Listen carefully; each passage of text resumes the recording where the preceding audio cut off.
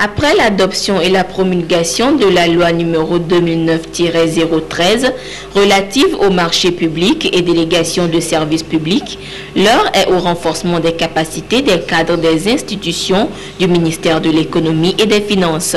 À Kpalimé, 60 cadres issus des diverses structures impliquées dans le processus sont en atelier de formation sur la gestion du cycle de passation des marchés et délégations du service public. Un atelier qui permettra non seulement aux participants de parfaire leurs connaissances, mais aussi au gouvernement togolais d'améliorer le système de passation des marchés publics et de se conformer aux normes internationales en la matière. Il s'agit de revoir de fond en comble, de passer en revue tout ce qui concernera l'élaboration des dossiers d'appel d'offres, tout ce qui rentre dans le processus de passation des marchés publics pour une meilleure gestion, une meilleure réforme. À ce titre, ont été décidées la création de la Direction nationale du contrôle des marchés publics ainsi que l'autorité de régulation des marchés publics et délégations de services publics. À ces institutions qui verront prochainement le jour, le présent atelier de formation entend constituer la masse critique des cadres aguerris nécessaires à la mise en œuvre du programme de réforme engagé par le gouvernement togolais. Autant nous parlerons dans un sens des procédures, de l'autre côté, nous allons parler d'un système de contrôle et surveillance que sont les organes de régulation et de contrôle. Pendant ces 2 semaines, nous allons visiter le code des marchés, le nouveau code des marchés. C'est un code qui est jeune, qui date de juin 2009. Il va falloir le visiter. Ce sont les responsables qui sont aujourd'hui en charge de la mise en œuvre de ce nouveau système qui vont être formés et outillés à mieux jouer leur rôle.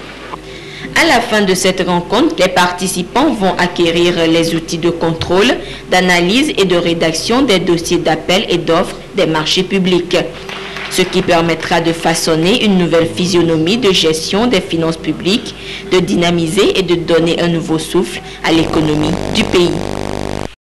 Selon l'article 1er de la loi numéro 2009-013, est dit marché public tout contrat écrit et conclu à titre onéreux entre une société morale et une entreprise ou un prestataire de services qui s'engage soit à réaliser des travaux, soit à fournir des biens ou des services moyennant un prix. Ces chantiers, par exemple, relèvent du domaine des marchés publics.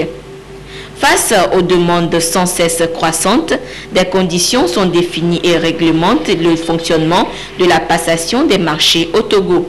Ceci en vue de sélectionner les meilleurs dossiers de demande conformément aux dispositions de l'UEMOA. On constate même que des entrepreneurs qui sont nos partenaires habituels ne maîtrisent pas le fonctionnement de la Commission nationale des marchés, en ce sens que le dossier d'appel d'offres, par exemple, quand le ministère des Travaux publics et des Transports veut lancer un appel d'offres, il confectionne le dossier d'appel d'offres dans lequel il est mentionné la date et l'heure de dépôt des offres.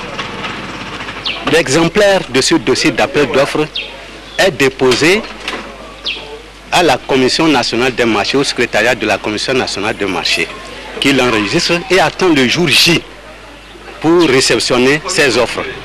L'autre condition, non des moindres, consiste à être à jour dans le paiement des fiscalités. Une disposition incontournable que doivent respecter les demandeurs avant d'avoir accès aux offres. L'État a imposé certaines règles parce qu'on ne peut pas donner un marché à un opérateur économique qui ne paie pas ses impôts. Donc on veille à ces paramètres. La carte d'opérateur économique, pour montrer au moins que vous êtes enregistré, le quitus fiscal, que vous payez vos impôts régulièrement. Tout cet arsenal de conditions dénote de la volonté de transparence dans la gestion des deniers publics, gage de tout développement.